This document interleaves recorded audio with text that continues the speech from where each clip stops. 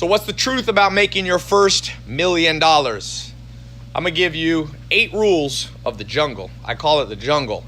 I'm down here on my treadmill desk in the basement, and people have been asking me to do these old talks where I just get in front of a camera and just talk for a long time.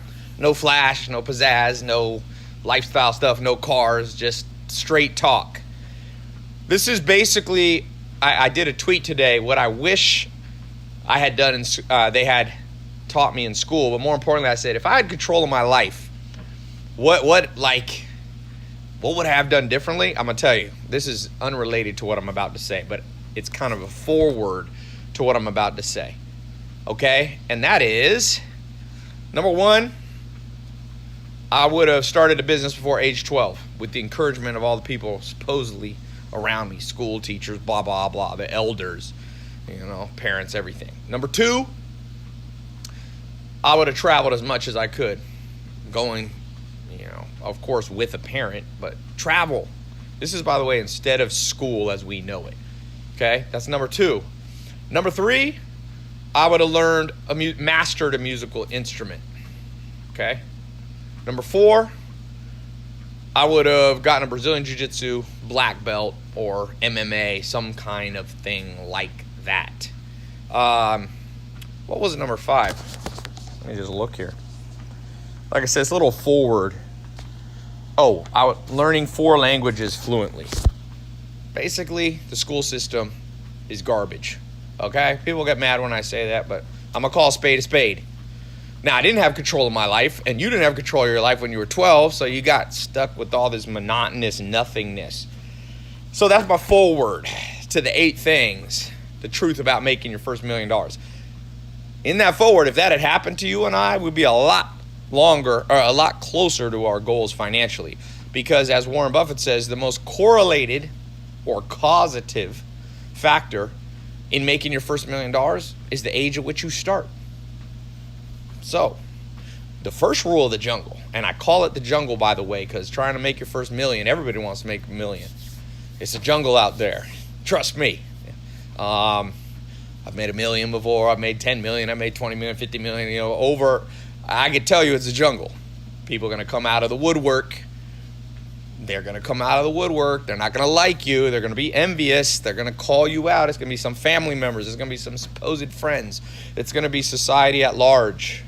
People get mad about this subject of money. Trust me. When I put my first YouTube videos out in 2014, or 2014, 2015, I was like, people will like to see the journey. Like, I'm from a mobile home. I spent most of my teenage years. People want to see the journey to a Lamborghini. Nope. Oh, it's a rental. Blah, blah, blah, blah. Like, welcome to the jungle, baby. So, step number 1, or rule number 1 of the jungle, because the jungle has different rules. Trying to make a first $1 million is different than trying to just lock yourself into a 9-to-5 job like most of society. So, number 1, everybody wants to go through the jungle. So supply and demand says it's going to be hard. Rule number 1 in the jungle is everybody, and let me just give you this analogy of the jungle. So here's you today in my right hand. Here's where you want to go in my left hand.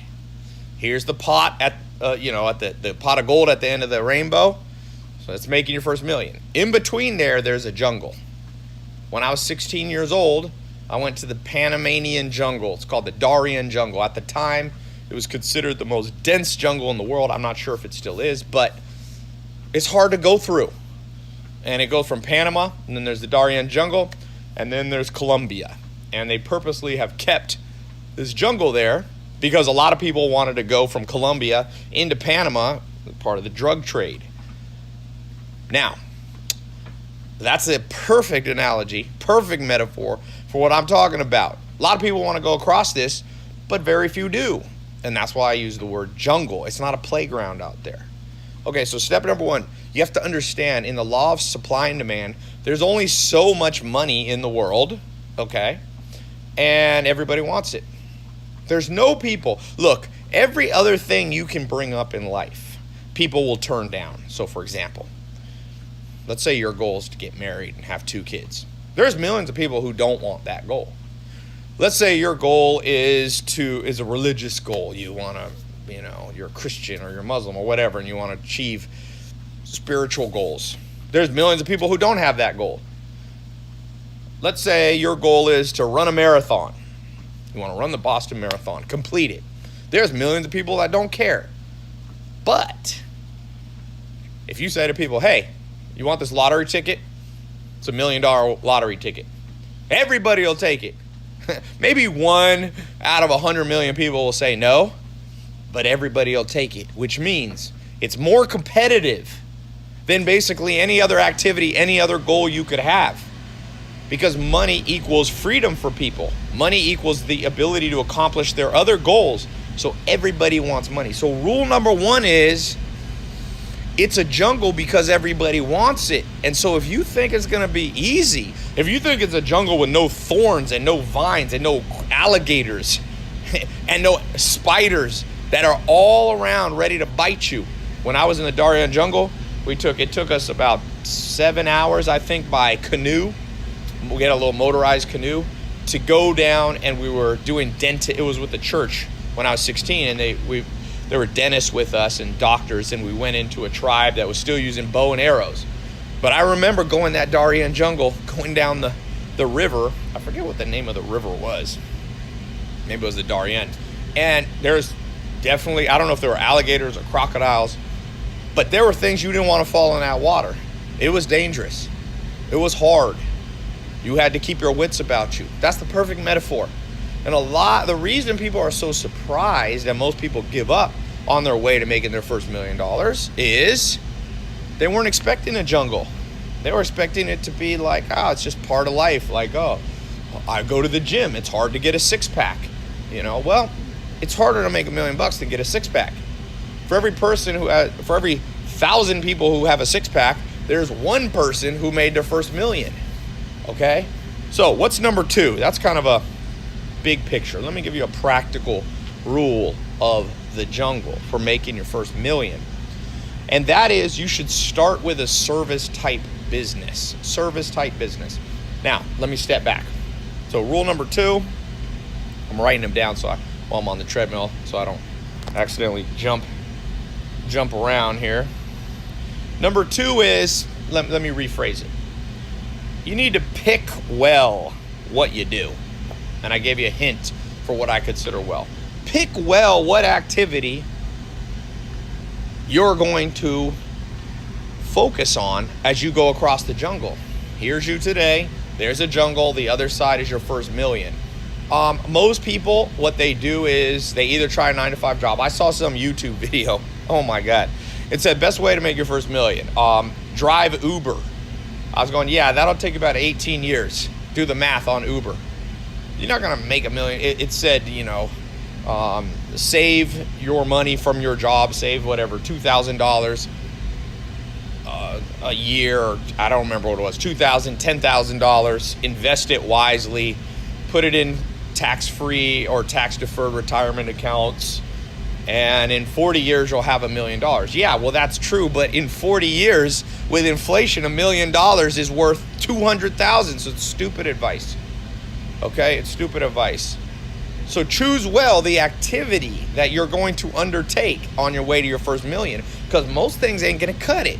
Now, some people, I do a little show like a Shark Tank. It's actually this show that I'm doing now. I have different versions of this show that I'm talking about right to you live on right now. And one of them is like a Shark Tank kind of show. And I have people put their business ideas and what they're working on, and we give away money and we vote on what's the best idea. Most people's ideas on how to get their first $1 million is horrible. Either it's way too big of a stretch, like I'm gonna build the next Uber. Okay, well, Uber is not a good first starting business to make your first $1 million. Even the founder of Uber, Travis, that was his second real thing he focused on. He first built a business and I think sold it for like 10 million bucks. His second or third idea was Uber. So on your way to make your first $1 million, you better choose well, because if you choose something that's too out of reach, odds are against you. And some people go, oh, you should shoot for the stars, Tai. Well, yeah, but you should shoot for a star that you can get to, because some stars are too far away. Study the solar system, study the universe. You're not getting to some stars. Not in our lifetime until there's some kind of quantum leap ability. So odds are you're not gonna go from your first business, to billionaire status. So pick well. Now, some people think too small. They're like, okay, Tai, here's what I'm gonna do to make $1 million. My first $1 million. I'm gonna launch what was this one person telling me? Oh, they had this app. I'm not gonna say what it is because it'll embarrass them, but I'll just give you a hint. It was like underwater basket weaving app. And I said, that's too small. There's only like 30 people in the world who care about underwater basket weaving. So you can choose too small or you can choose too large. So choose well what's going to get you across that jungle. And my practical suggestion, is you start with a service business. You don't start with an app. You do not start with something that takes a lot of capital, even if you could borrow it. Even if you could raise VC money, start with a service business. So what are service businesses? What do I mean? Well, before the internet, a great example would be like a dog walking company, right? And then you get a couple dog walkers under you and you get a reputation in your neighborhood. And next thing you know, in the city, I used to live in Raleigh, North Carolina, let's say a smaller city, you have 10 people working for you and you're walking 200 dogs a day. Each person walks 20, you walk a few, and you have people under you. That's a service business in the old school before the internet. Or another one would be like a personal chef or a personal trainer. These are all service-based businesses, right? You don't need a lot of money to become a personal trainer. You get a certification, or some trainers don't even have a certification, and you sell your time. So service businesses, you're primarily selling your time. Dog walkers, selling your time. You could scale the business a little bit by getting other dog walkers under you. Car wash, mobile car wash. There's some people that wash my cars. They build a little service business. They're selling their time. They're like, hey, I, the owner, along with 2 assistants, will show up at your house and will wash your cars. They've been washing, now I have like 4 or 5 cars at that house, but at the peak I had 7 cars there. So they would come, I forget what I'd pay them, but they probably make $1,000 or $1,500 just doing that. They sold their time. So service business is the S in service business, selling your time. So those are kind of old school, traditional. Those have been around for 50, 100 years, mowing people's grass. Fast forward to today, I suggest you build an internet-based service business because you can scale it, you can reach people quicker, you're not limited by your own neighborhood. So the best service businesses are the ones, if you've seen my ads all over the internet, they've been advertising, start a social media marketing agency, start a home sharing management company, HSMC, where you use like Airbnb, you put people's houses up on Airbnb and you split the profit 50-50 from people Airbnb in their properties. You don't even have to own the land. Or own the real estate, I should say. Another one is an e-commerce agency or an Amazon agency. You help people who have an existing business, you sell your time, and you help them sell on Amazon. A lot of people who are business owners do not know anything about the internet, and they don't want to learn. The average business owner is over 50, 60 years old in most parts of the world. So if you know a little about the internet, you can sell your time as a service provider in a way that's much more likely to make you 6 figures at least. So you can charge them. I have a whole course for that. If you go to my website, you can see. That's not what I'm here to talk about. But I just want you to know, to get across the jungle, most people don't choose well. And therefore, they have no chance before they ever started. Really, they got no chance. I see people and I feel bad. They're on there like, I'm going to make my first $1 million. I'm like, you didn't choose well. It's a little bit like what one of my mentors, Dr. David Buss, said. I've never been married, but he'd been married, and he's spent 40 years studying psychology. He's one of the most respected psychologists who taught at Harvard and wrote all the textbooks used at Ivy League schools. And I just said, give me one piece of advice you've learned about marriage and dating. He said, choose well. He said all the stuff about, how to revive and fix a bad marriage or fix a bad dating relationship by going to therapists and practicing meditation together and all these things. He's like, better than all that is just choose the right person. And then you don't have that headache. Same with the rule of the jungle, the law of the jungle to getting to your first $1 million. If you choose the wrong person, you're going to spend all your time fixing and putting out fires. Or you're going to just limit. There's not enough market. Like I said, this guy did $1 million app into something as stupid as like training people on how to do underwater basket weaving. It's got to be big enough, but not too big. So choose well. I could do a whole nother talk on that, but I gave you I think the three best opportunities right now is a social media marketing agency where businesses pay you $1,000 to $10,000 a month. It's Airbnb, where you use Airbnb, you find real estate, homes for sale, or people who have an extra vacation home. You go up to them, say, these properties you own are just sitting, ma'am, sir. I'll put them on Airbnb. I can generate an extra $2,000 to $10,000 a month. I'll manage the people, and I'll split the money with you 50-50. So you start generating for yourself $3,000, $4,000, $5,000 a month there from a service business. And then, as I said, Amazon, another service business. I'm not necessarily saying you should sell on Amazon as an e-commerce provider. You should help other businesses do it. That's as more like as I said, a service provider. So those three real practical ones that you can do that I've seen people start in over 100 countries. I've had over 280,000 people go through my paid programs with in-depth training on these, and it works. Trust me, it works for the people who actually do it. Okay, so after you pick well, pick the right idea, pick the right business. What's the third rule? The third rule is you have to have thick skin. I'm talking to the point where, you know how like you have calluses on your feet and they don't even necessarily look that nice? Okay, that's how your whole mindset will have to be on your way to making your first $1 million. Because let me just give some examples of things that will happen to you on your way across the jungle to make your first $1 million. Family member will betray you. Most likely, I see it 6 or 7 out of 10 times. Somebody. I'll give you a public example. Dane Cook. You may have heard of Dane Cook, the comedian. At one point, he was like on top of the world, you know, and then he had his brother managing his money, or his half-brother or whatever, and now that half-brother's in prison because he stole, I think, over $10 million straight out of his bank account. You know, the person you thought you could trust, your own flesh and blood, no. Out there, you're on your way to making $1 million, and somebody's on the way to steal it.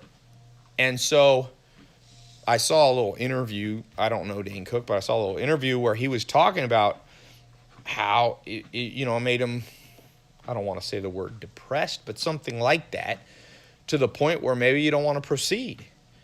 And I'm telling you, when that first betrayal comes, you're going to have super thick skin, to the point where you're just like, oh yeah, I was expecting that. I'm good. I'm on my way to making my first $1 million. Someone stole $200,000 from me. Good. I'll make it up. That's the thick skin you need. And you ain't going to make it. I have a guy, a sales team, and I have a new guy that started with me. And this is just yesterday, he called somebody. They said, yes, I want to buy what you're selling. So, but the guy said, I'm a little busy now. Can you call me back in like 3 hours? So my staff guy called him back in 3 hours, and the guy just blew him off. Didn't answer the phone. Then he called him back again, and the customer on the other end was like, well, I'm kind of busy right now. And my staff guy got really mad, and he's like, Ty, I'm thinking of sending him a nasty message. And I said, welcome to the jungle, baby. Welcome to the jungle. People say one thing and do something. I said, is this really going to, because he was all thrown off. You could tell he was writing me this much on WhatsApp, writing me this long message. I said, you want to make $1 million? You're on your way to your first $1 million working for me?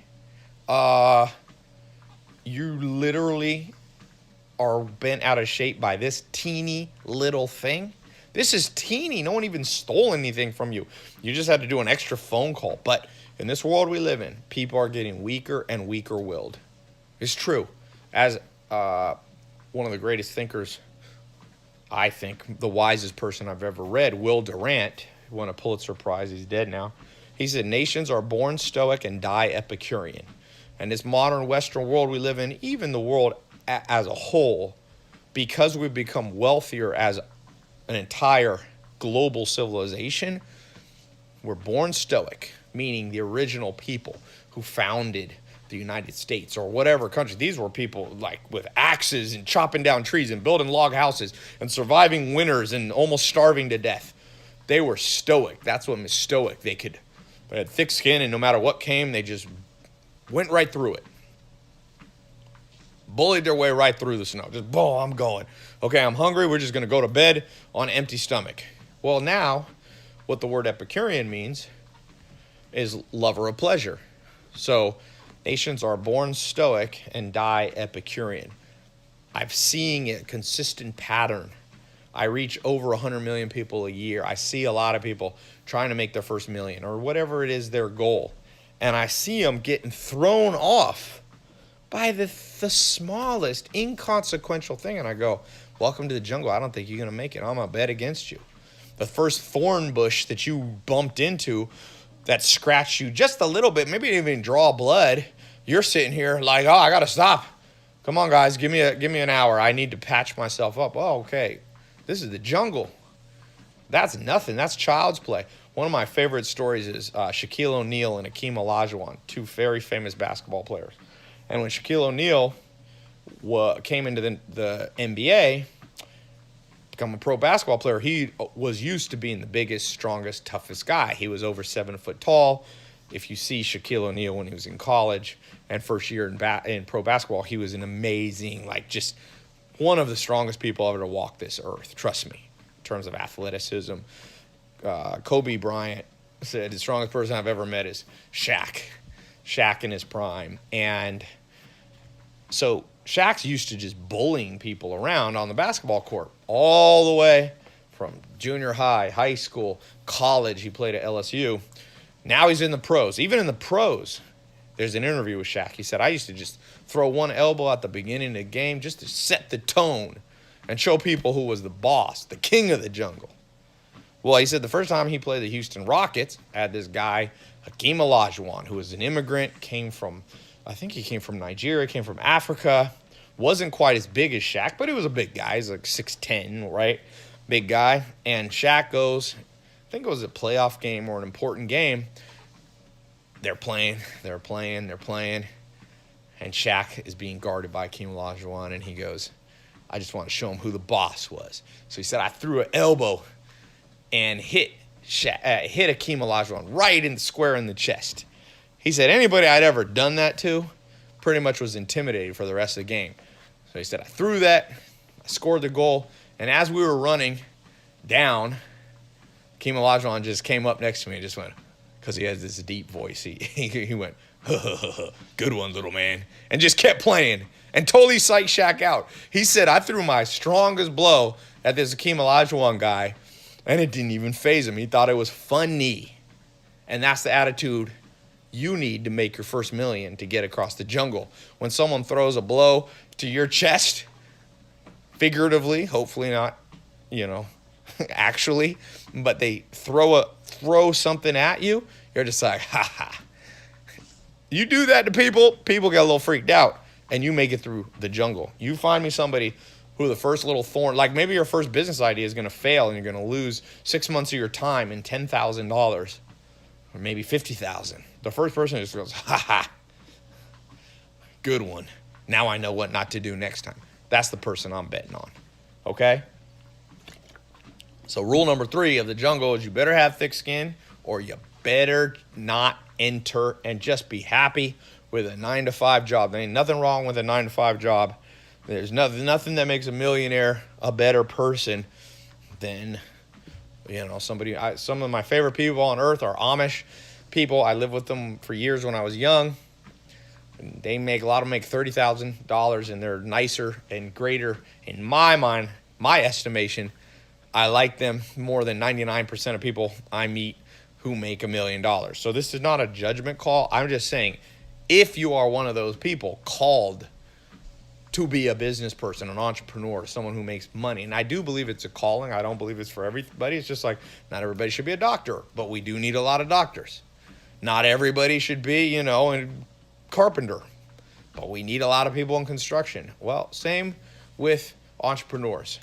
Entrepreneurs can do a lot of good in the world. Look at people like Elon Musk, coming up with innovative ideas around clean cars and clean transportation and solar power and all that. Government ain't going to do that. It's going to be entrepreneurs.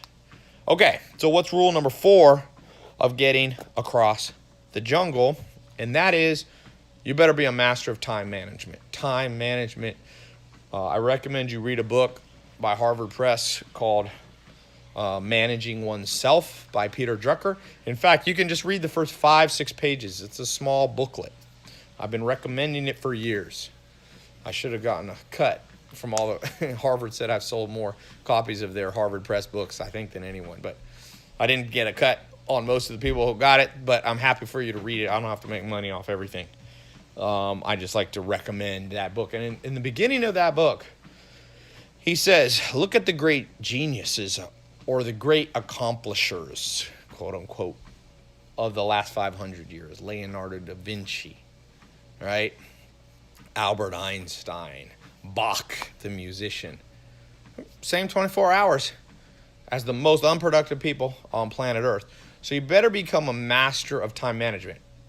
That is a rule of this jungle, because the jungle, the sun sets and rises, and you got a minimum amount of time to get across this jungle. You don't want to spend too much time in the night in the jungle.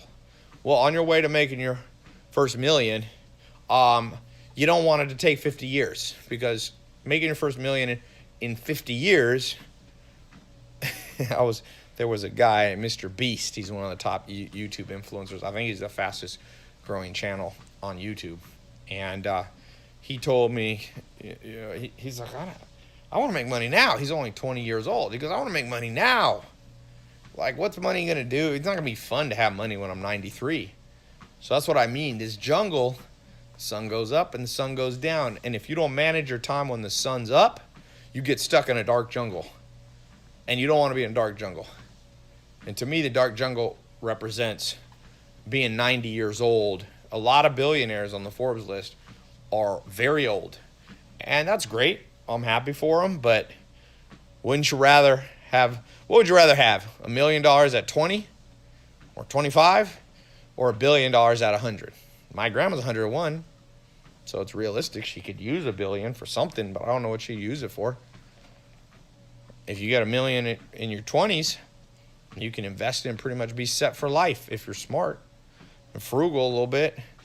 So the point is here is that time management is one of the essential criteria that people don't really get. Like, people who talk to me about making money are like, yo, Tai. I mean, they kind of get it. They ask me about daily routine, but their real thing is like, how do I market this idea? Or how do I build this app? Or how do I raise $1 million from Kickstarter or a venture capitalist? And I'm going, yeah, but how's your time management right now? Because most people's time management sucks. So let me give you a few thoughts and things I've learned. I've tested many things. I want to be known as a mad scientist. I think I already am a mad scientist. I try everything. So I've tried the Pomodoro method. I've tried, there's the 80. Pomodoro is a series of timers you set. You do like 20, 25 minutes, then you take a small break for 5 minutes, and then you do.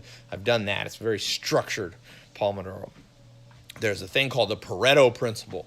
Tim Ferriss talks a lot about 80-20 rule. So his thing for time management is basically, you focus on only things that move the dial and you let everything else kind of fall apart. Another book on time management, Gary Keller, The One Thing. He has this kind of domino effect time management. So he says you can't manage all your time. You can't manage everything equally. So you find the one thing in your life that you can push on. And when you push that domino, all the time management kind of falls in place. And I will tell you, of all those different philosophies, there's other philosophies that I gave you 4. The Pomodoro kind of method, the highly structured, the Pareto. The Pareto, Gary Keller, and these are kind of similar. They're like highly focused kind of thing, the Tim Ferriss thing. But there's different. I could go on. You can talk for hours. There's a book called Getting Things Done, very famous book. It's probably sold, 5-10 million. He has this whole structure of he's more of like an organizational time management person. So he's like, you have file folders and you have your projects and you get things off your plate real fast and you drop you create a project and then you divide it up into all these tasks Again, I've tried that one too. So I will tell you, there's truth to all of these systems of time management. There's truth to all of it. You can set up a highly organized structure where I talked to Arnold Schwarzenegger, for example. I actually got to spend some time with The Rock recently. Did a little charity thing. I flew over to England for his Fast and the Furious, the spinoff he's shooting, and I was on the set with him and had a long talk with him about books and protein and time management. I mean, The Rock and Arnold Schwarzenegger, they wake up. Arnold, I interviewed him in his kitchen while he smoked cigars at his house, and he told me, he's like, Tai, I wake up at 4 in the morning. I read for 1 hour. This is his current routine. It was a little different when he was younger, but then at 5, I think he eats and he rides his bike to Venice Gym, and then he works out. He has this whole structure, like the whole day structured. The Rock's very much like that. But if you look at the richest person in the world, just to throw a monkey in all these systems, like Jeff Bezos, people asked him his morning routine, his time management in the morning. And he's like, my best management is like having nothing to do. I kind of sit around at home and I think and I daydream and I spend time with my family. And I don't get into the office till 10 in the morning. This is the richest man alive. So you could see there's different time management philosophies. And you can choose one that you like. Maybe one resonates more with your style. And I think it's kind of what you have to do. You got to find things that resonate. But what I want you to know is none of them are absolutely right.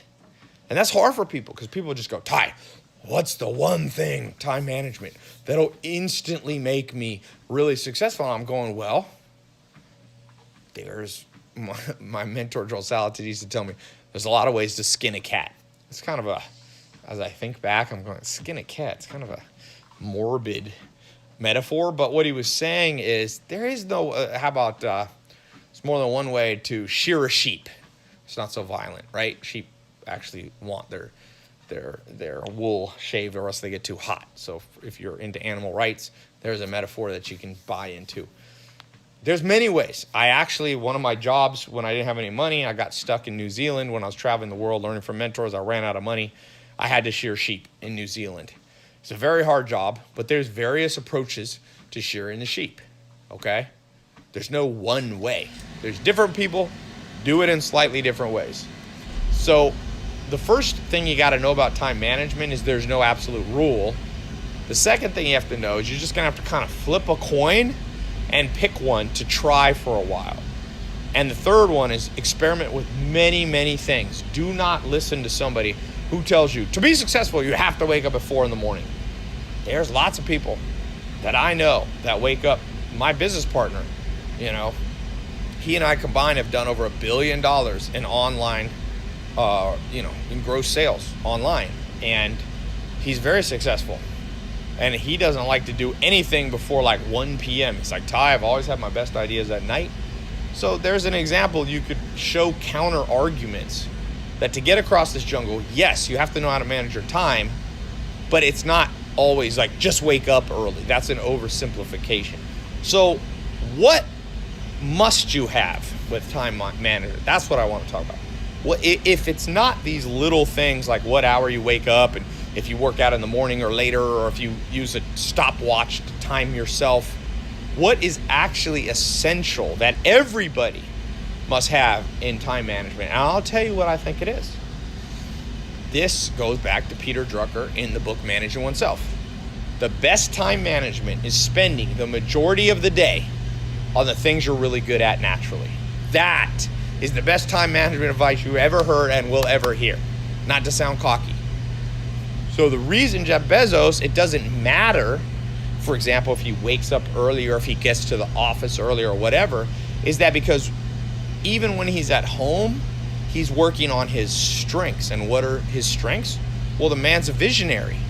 I mean, he's basically the founder of e-commerce. In 1994, he quit his job making a lot of money in Manhattan, and he started a website in 94. That's a visionary.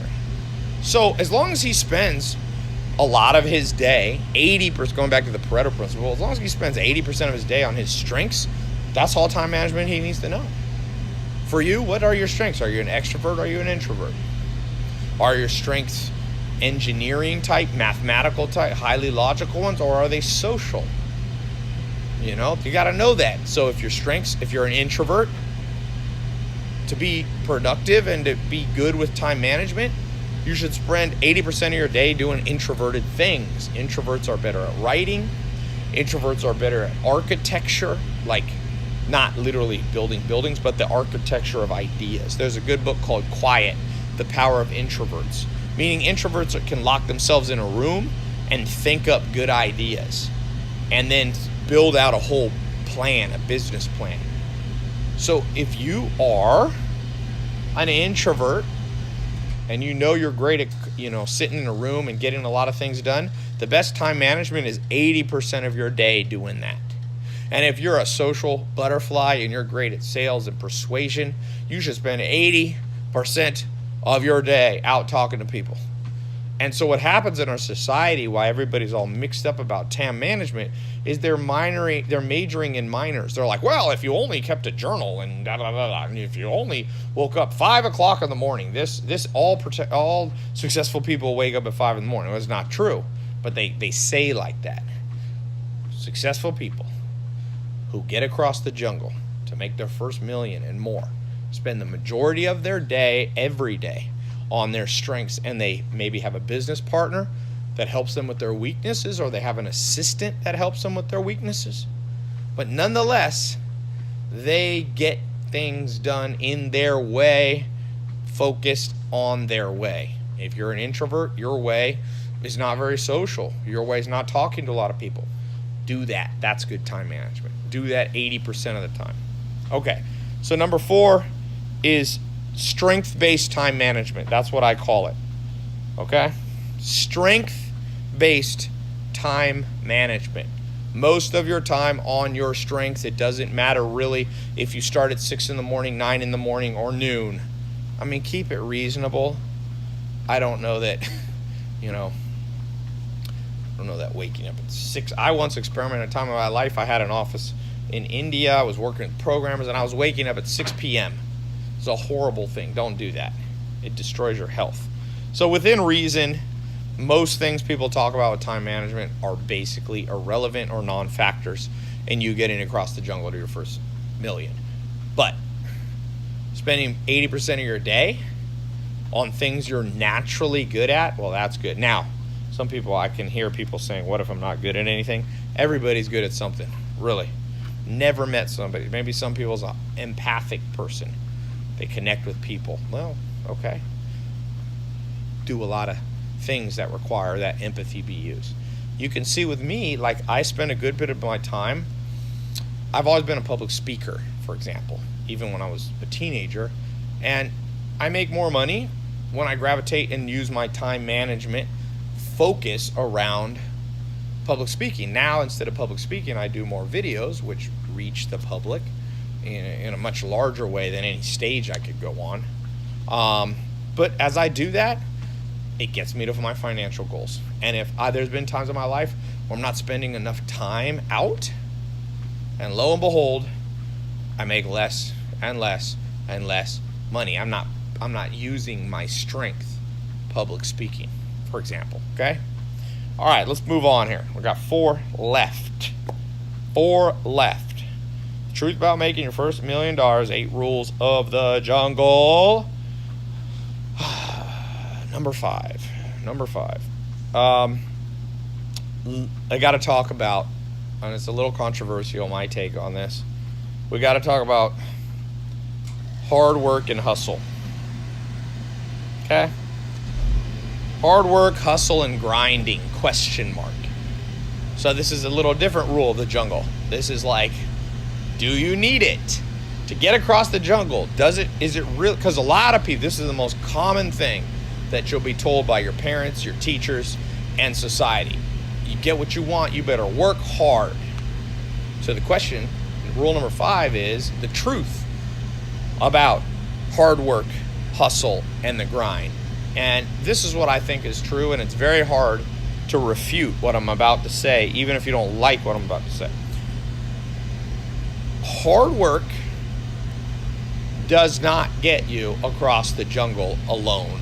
So just focusing on hard work will not get you across the jungle to your first million. There are literally 1 billion people or more in this world working hard every day. I've been to India.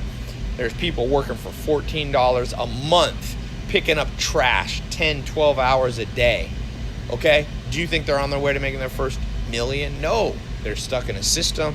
They're stuck in a poverty cycle. They're stuck in a very, what's the word we want to do about India or Bangladesh or many countries? Lopsided, we'll call it. Now, it's getting better in some of these countries, but you can't just tell these people, oh, work harder. Hard work will get you to first million.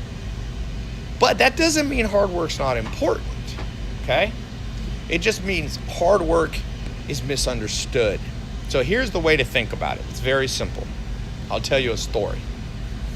Never found out if this story was true. My mentor, second mentor, Alan Nation, used to tell this story all the time. He said a plane crashed in Colombian jungle. Speaking of, he literally used this jungle analogy. Maybe that's where I got this rule of the jungle thing. So, a plane crashes. Boom. It's full of engineers going to an engineering conference. And these engineers were hardworking. They were sharp. So, no one's killed in the crash. They know they're only about 25 miles from help, but they're in the middle of the jungle. Luckily, there was a whole bunch of machetes because they're in a thick jungle, crashed.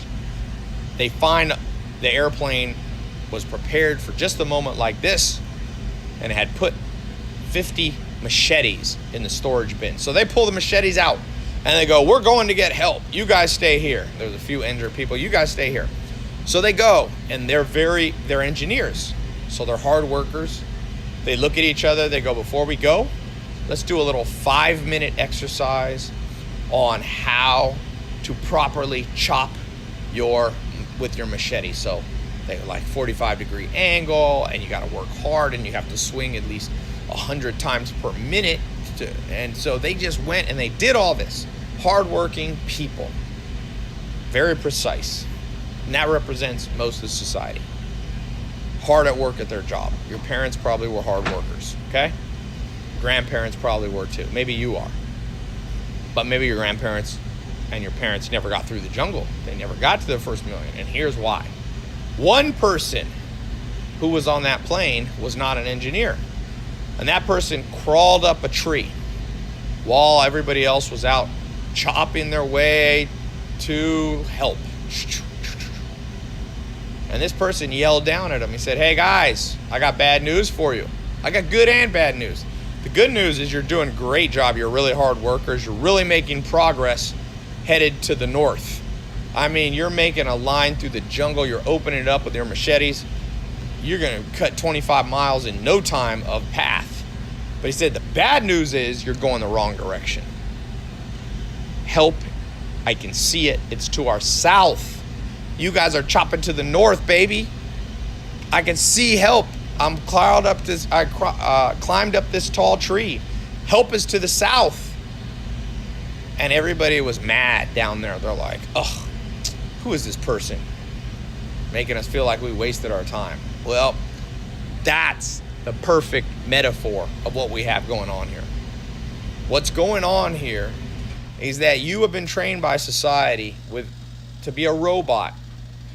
You work hard, get a college degree, go out into the workforce, show up to work, be loyal, blah, blah, blah, and you're going to get financial security. Maybe in the 50s that worked. It doesn't work anymore. Doesn't work anymore. Probably didn't even work back then, but definitely doesn't work now. You have to be smart. This goes back to rule number 2, pick well. So if you're one of those people that have been indoctrinated on hard work, let me tell you where it is true. So if you're going in the right direction, then you need hard work.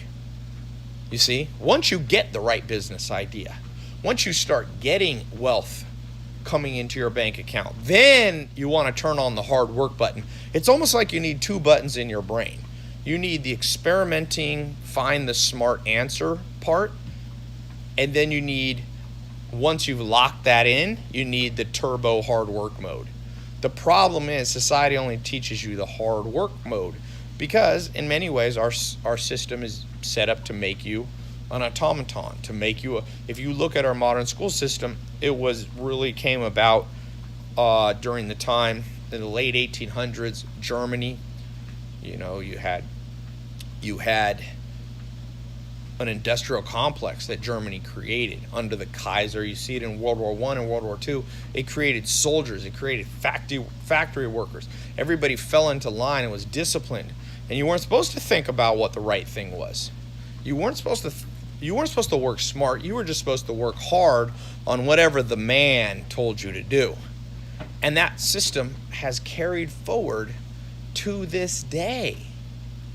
And so you're going to have to reprogram yourself to go, I only work hard once I figure out what actually will work for me.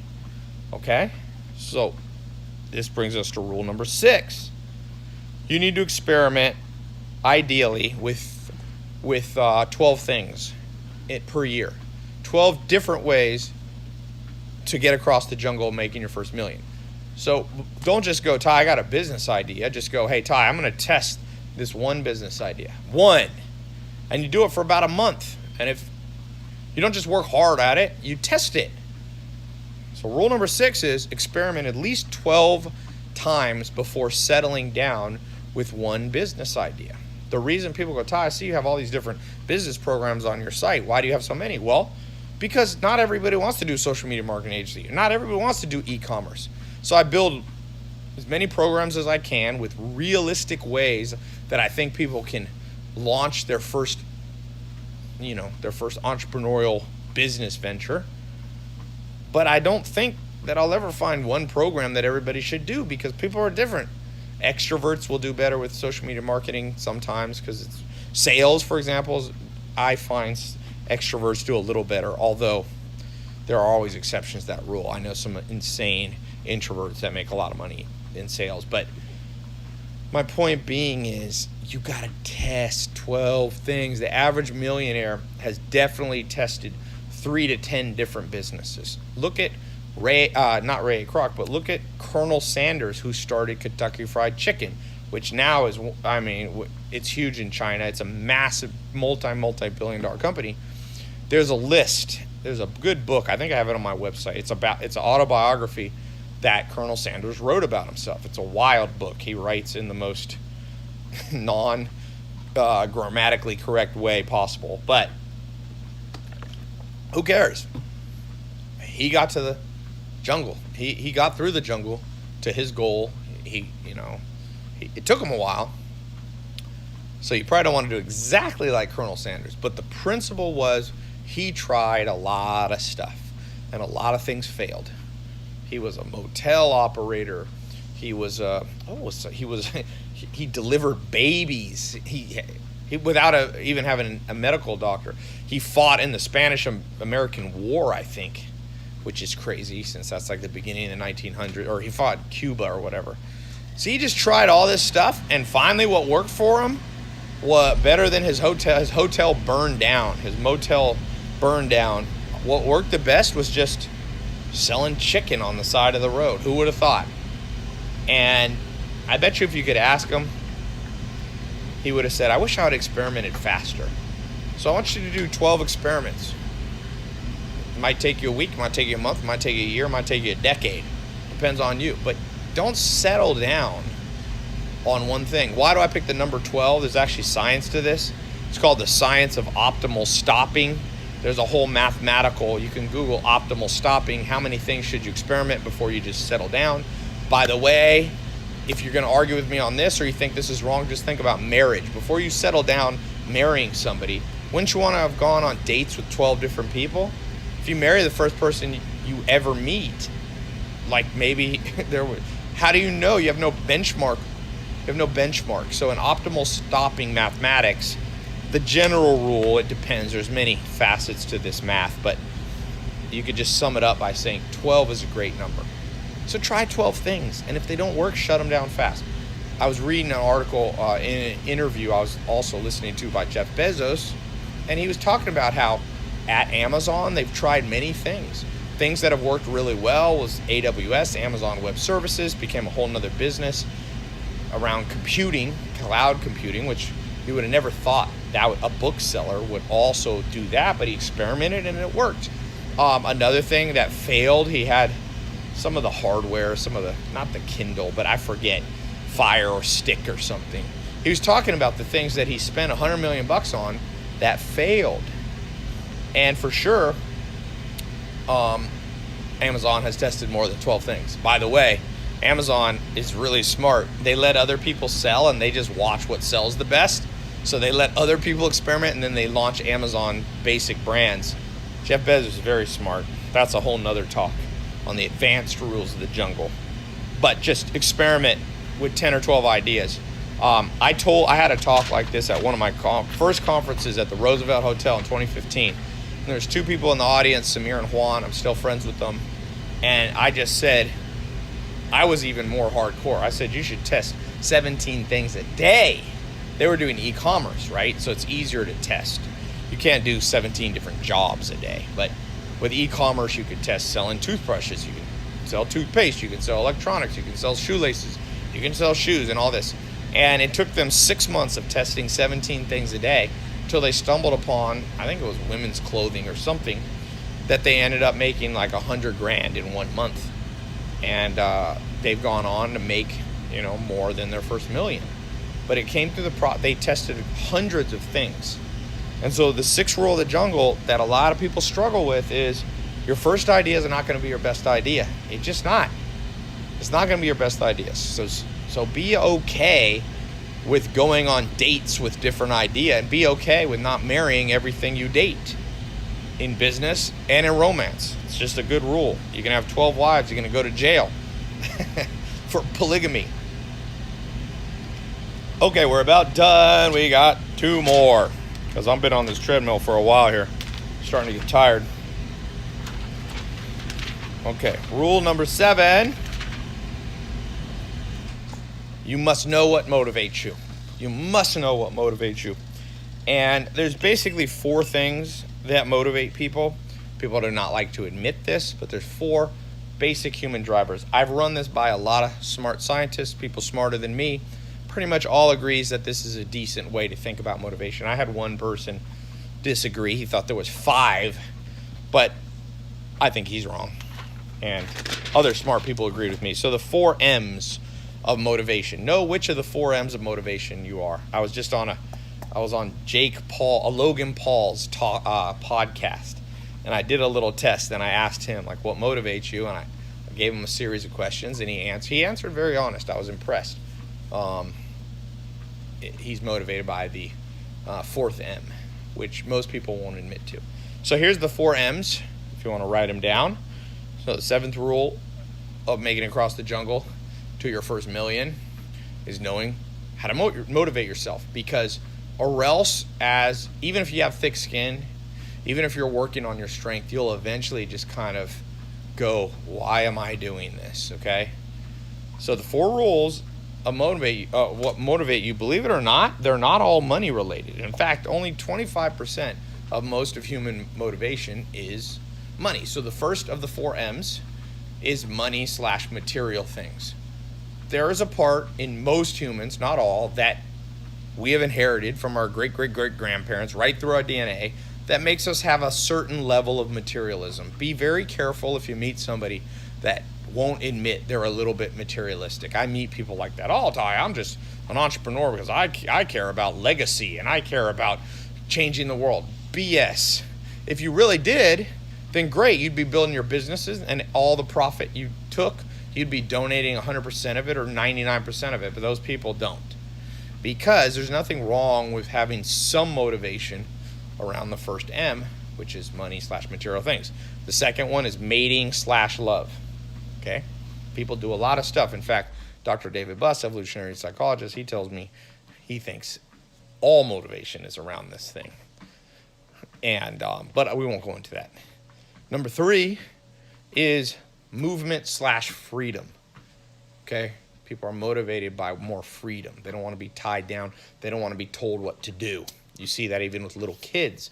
You tell them what to do, and then they want to do the opposite. So that's deep in our psyche and our DNA. The 4th thing is mastery/status. Some people just want to be known. You're the man. You're the woman. Like, they just like acknowledgement from others. Again, nothing wrong with any of these four as long as they stay in balance.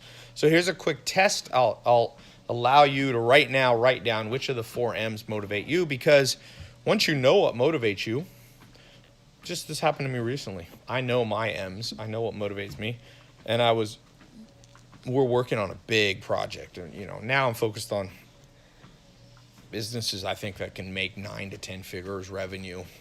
So me and my business partner, Alex, we were working on around a $300 million deal. It ended up not going through, but we're trying to buy a $300 million company. We're putting all the pieces together, bringing in some private equity and hedge fund people to do it with us, and I'm not going through.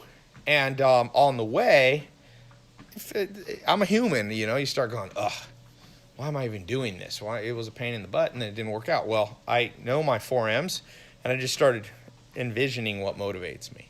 So what motivates me, by the way, is the third M, is my strongest. Every one of us is some motivation with all four, but my strongest is movement/freedom. And I just started thinking, well, Tai, the deal's over. It's time to travel. Travel to me. My grandma took me on a trip to Europe when I was 12. She's from Germany, and took me to England and Germany when I was 12. We also went to France for a second. We got kicked out of France. I was 12 years old, and my grandma was like 80 or whatever. And this was back, France had this weird rule about HIV. If you didn't have an AIDS test at the time, you could not get in to France we were coming from England on a boat, like a ferry across the channel. My grandma's like, I'm 80 and Tai is 12. We probably are not high-risk candidates, but believe it or not, France set us back. So at that time, I've been to France since, but I wasn't able to go to France. My point being, my grandma put the travel bug into me at a very young age. And for sure, the main reason I become an entrepreneur is because I love the freedom. I worked a little bit as a 9-to-5 job when I was 16 at a company called Office America, like Office Max. They went bankrupt years later, but I hated it. I remember looking at my watch every day. I'm like, And I remember thinking, this has got to be the worst life ever, where all you do is look at your watch. So my grandma had instilled this freedom thing at 12 by taking me traveling. By the time I was 16, I started to realize it, and then I got, for a second, I had a job where I had to wear a suit. Really hated that one. Had to set I'm the kind of person, if I got to set an alarm clock, I am not liking my life. So recently, when this deal didn't go through, this $300 million deal, I just was like, well, just more time to travel. See, and I pulled myself right out of that doldrum. And since we're not taught in school what motivates us, or we're made to feel guilty, we often can't drive ourselves through the jungle to get the reward on the other side. Does that make sense? And I'll give you an example. Hugh Hefner, dead now, kind of controversial, he started Playboy. But if you look at Hugh Hefner, okay, he died with, I think, net worth of $100, $200, $300 million. Not the richest man ever, but I don't think his first motivator was money, material things. I think it was the second one, mating/romance, obviously, right? That was his thing. And it wasn't just women, by the way. He was a very social guy. He had his friends, and he would do parties, and he would have every Monday, all his friends would have game night and then movie night. So he was very, in that mating/romance, I would put even social, not necessarily just dating and love. But that was his motivation. So he didn't care. To him, he felt like he won. Even though Jeff Bezos had more money, or Bill Gates, Hugh Hefner didn't care because he knew what motivated him. As far as I could tell, I got to meet him right before he died. His son, I met, apparently follows my social media, Cooper, and invited me to the last Midsummer Night's Dream party there. It was kind of cool. The most interesting man in the world was there. It was an interesting group of people, including the Dos Equis most interesting man in the world, which I thought was funny. But he knew what motivated him, and he didn't really care that society said that shouldn't motivate you, So here's a little test we'll do, okay? To figure out which of the 4 M's is your strongest motivator. The strongest motivator. I actually, probably by the time you see this video, I have a quiz, a free quiz on my website. If you go to tailopez.com, there should be quiz, and you click it, and you can click the 4M's quiz. I've been working on building it. There was a few bugs in it, but maybe by the time I release this, you can take that quiz. So I'll do a quick quiz for you right now. If you had the choice between being the richest person in the world, but you had to be celibate for the next 10 years, yes or no? You could be the richest man or woman on planet Earth ever, but you got to be celibate for the next 10 years, the next decade. No boyfriend, no girlfriend, no dating, no kissing, nada. Nothing. No physical contact. Okay? If you raise your hand, yep, I'll take the money and I'll date 10 years later, then I bet you one of your strongest motivators is the first one. If you go, no way in the world would I even do 5 years, then you're probably more motivated by mating, romance, love, social. Okay, so that's how you pick between the first two there. Let's take the last two. You got movement freedom and mastery status. Okay, which would you rather have? You could either travel the world freely, no agenda, just have just enough money to do everything you want, but nobody knows who you are. Nobody. Your Instagram followers, you have like one. No one really respects you. Nobody looks up to you. You go to speak at a conference, people are like, who's this person? No one cares. But you know yourself, and you got a little group of friends, and you're just enjoying life wandering. Or you can't leave your city for the next 10 years. You got to stay in one place, but you are the man. You are the woman. You got a New York Times best-selling book. Your social media following is 20 million people. You know, you go places, and you go to a nightclub, and the doors open up for you, and it's like, oh, yes, sir. Yes, ma'am. Come on in.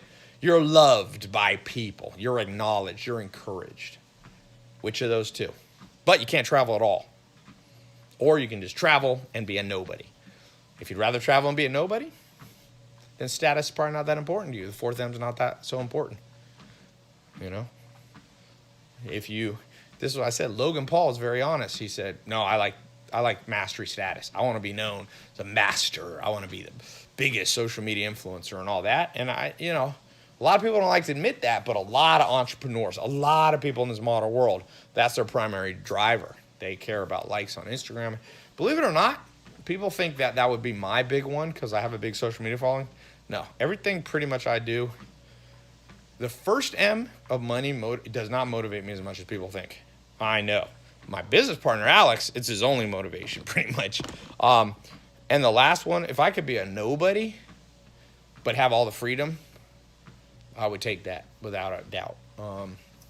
So I would say mine is the second M and the third M, not the first and the fourth. Okay, that could be a whole nother topic, giving you an introduction to this deep psychology of what will motivate you to actually get to the other side of the jungle, to your first million. Number eight, maybe the most important. Eventually, you got to find one idea and scale it through the roof. So let's talk about scaling. So number 8 way, you've done your experimentation. You know what motivates you. You're spending 80% of your day. You understand you got to have thick skin. All these other things I've talked about. The last one is you got to focus and scale. Okay? That's the fight. It's like you've made it halfway across the jungle, but that's not enough. The pot of the gold, you got to be 100% across the jungle. And that is focus and scale. And this is a conversation, how to scale what's making you money. You've done your experimentation. You've tested 12 things. You've found the 12 things minimum, by the way. And you find it and you're going, and now you got to scale it, because a lot of people figure out how to make $100,000 a year. Not as hard as you think. Very, very, very, very, very large percent of people who try across the jungle figure out how to make $100,000. $1 million is much more difficult. And it's because to scale from 100 to 1 million, it's a 10 times, right? It's a 10x scale, but it's actually takes more than 10 times the skill. Okay? It's kind of like to bench press 100 pounds, or let's say 50 pounds versus 500 pounds. It's more than 10 times harder. Okay? Because basically the entire planet could bench press 50 pounds. But more, so let's say 1 billion people can bench 50 pounds, right? But 1/10 of that can't bench 500 pounds. Does that make sense? 1/10 of that. It's not like it's not like 100 million people can now bench 500 pounds. So it's more than 10 times difficulty to go from making 100 grand to making 1 million. It's not difficult. It just takes more than 10 times the skill. Okay? It probably takes 30 times the skill. So to scale, the S in scale, I always think skill. Skillful people can scale. And so if you're stuck on your idea, whether it be e-commerce, social media marketing, if you listen to me and you got a service business can definitely be scaled to $1 million. One of the people who teach in my social media marketing agency, Joe Soto, he's got an agency that does over $1 million a year. He does like 1.5 million or something. So he's certainly scaled. I have a lot of people in my programs doing 100 grand a year, but he's scaled and he definitely has more than 10 times the skill. So what you have to do is you have to focus on training a lot, okay? Like how do you get a black belt in jiu-jitsu? It's more than 10 times harder. From blue belt to black belt. Blue belt's a second belt. To black belt is like 100 times harder. Higa Machado, who I trained under when I'm in LA, he said, Tai, I've trained whatever. Well, he said for every 250 people that he gives a blue belt, one focuses and trains long enough to get a black belt. 250 to 1 ratio. That's probably the ratio of people who make 100 grand a year, who figure out how to get to the jungle to make your first million, their first million. It's probably 250 to 1. And it's not because it's necessarily 250 times harder in the sense that you have to have a much higher IQ or you have to, even have a better business idea. No, that's not it. You have to commit to train. So focus and scale comes from skill, and skill comes from training. And this is a bizarre thing. Like any sport, I played on one of the top high school basketball teams, Enloe in North Carolina. And North Carolina is the biggest basketball state. I think it has the most people in the pros. Michael Jordan's from there. Jerry Stackhouse was in my league. John Wall's from the same league that not the same year, but the same league. And we had drills. I mean, I went to a school, we had 7-foot center. We had we played Oak Hill. And we trained all the time. But then I meet people in business and I go, are you training? No, I just do my business. I'm just like, I'm like launching my business. I'm like, where's your training aspect? Training is where a master or a mentor gives you drills to do. That's why I tell people to read a book, because that's like a drill for business. People go, I don't need a book. Well, what you're saying to me is, no, Tai, I can become a black belt without repetitive skills. You need repetitive things you do every day. A good place to start is read more. You're going to meet people that tell you, oh, I didn't need to read and I made $1 million. Well, they're an aberration, they're rare, and there's usually a story behind them, like their parents had money or gave them a business or something. Trust me. Let's go to the top of the Forbes list if you want to argue with me. The skill of repetitively reading different books on different subjects to fill up your brain with skills. I'm not saying only books, but I'm just using books as an example. Okay, richest person in the world right now, richest man, Jeff Bezos. Not only does he read a lot, his first business was Amazon selling books. That's how much he loves books. He built his empire on books. And trust me, he reads a lot. There's a good book called The Everything Store about Jeff Bezos, and it talks about how he walks around with a copy of Made in America, which is Sam Walton's autobiography on how Sam Walton built Walmart. And Jeff Bezos has read it so much the pages are falling apart. See, he trained to build skill. One of his training tools was reading. Okay? Second richest person in the world, Bill Gates. Bill Gates loves books so much that his wife and close friend says he goes on vacations that he calls them reading vacation. He literally takes a vacation just to catch up on all the books. He'll bring 17 or 20 to 40 books, and he'll just go on vacation for 2 weeks and literally just read 8 hours a day. That was when he was running the biggest company in the world simultaneously. He still made time. So you're going to tell me Jeff Bezos and Bill Gates need books, but you don't? Third, Warren Buffett, third richest person in the world most years, depending on the year.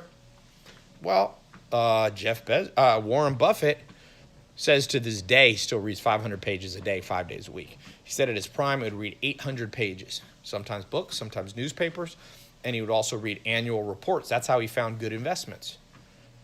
So there you go. You don't always have to read books. Read magazines, read long articles, read newspapers.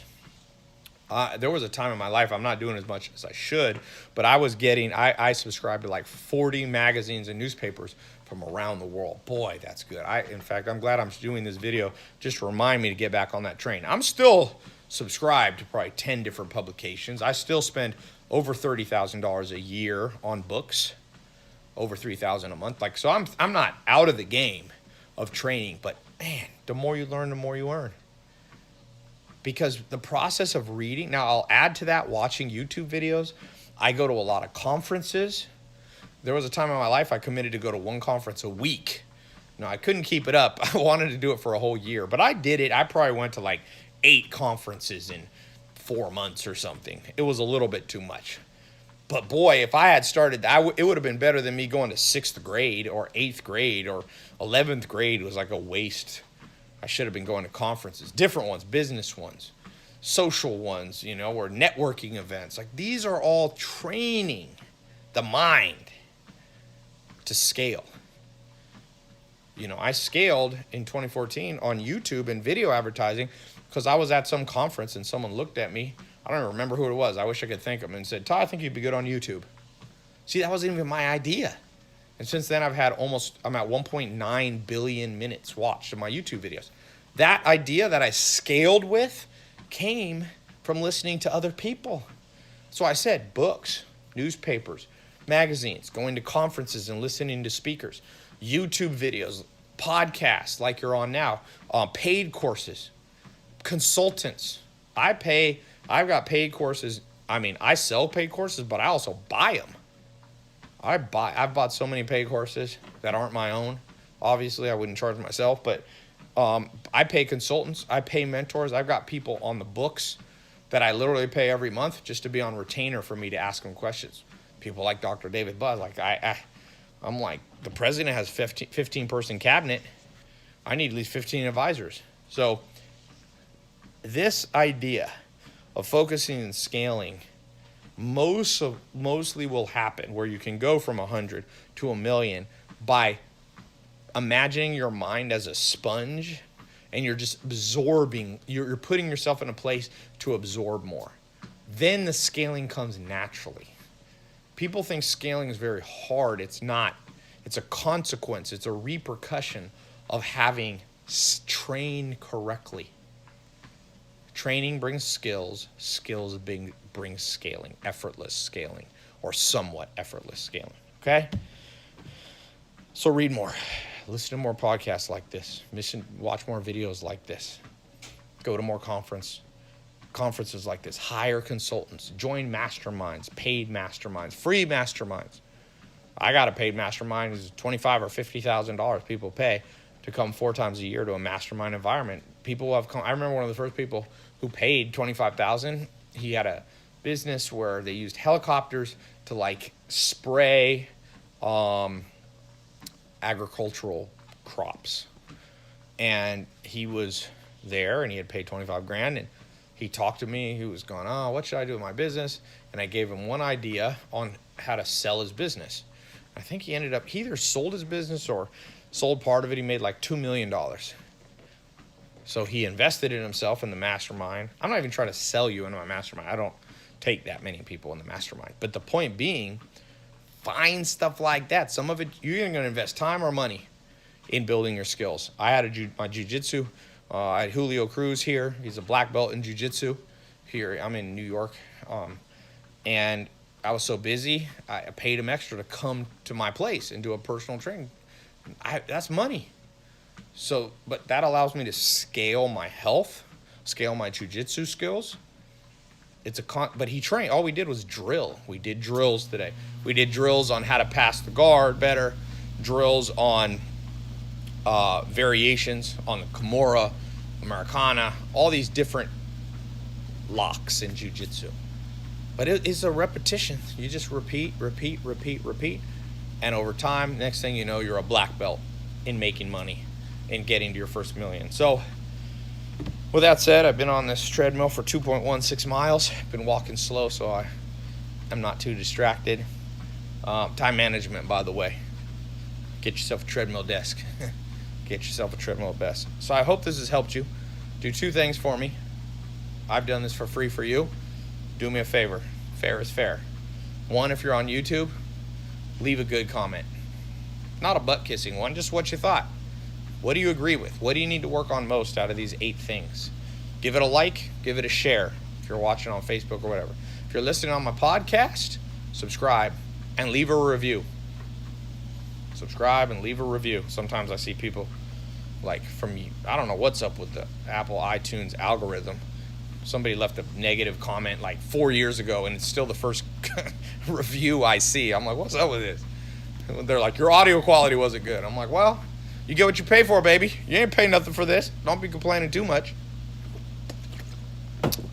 Anyway, hope this helped, and talk to you soon.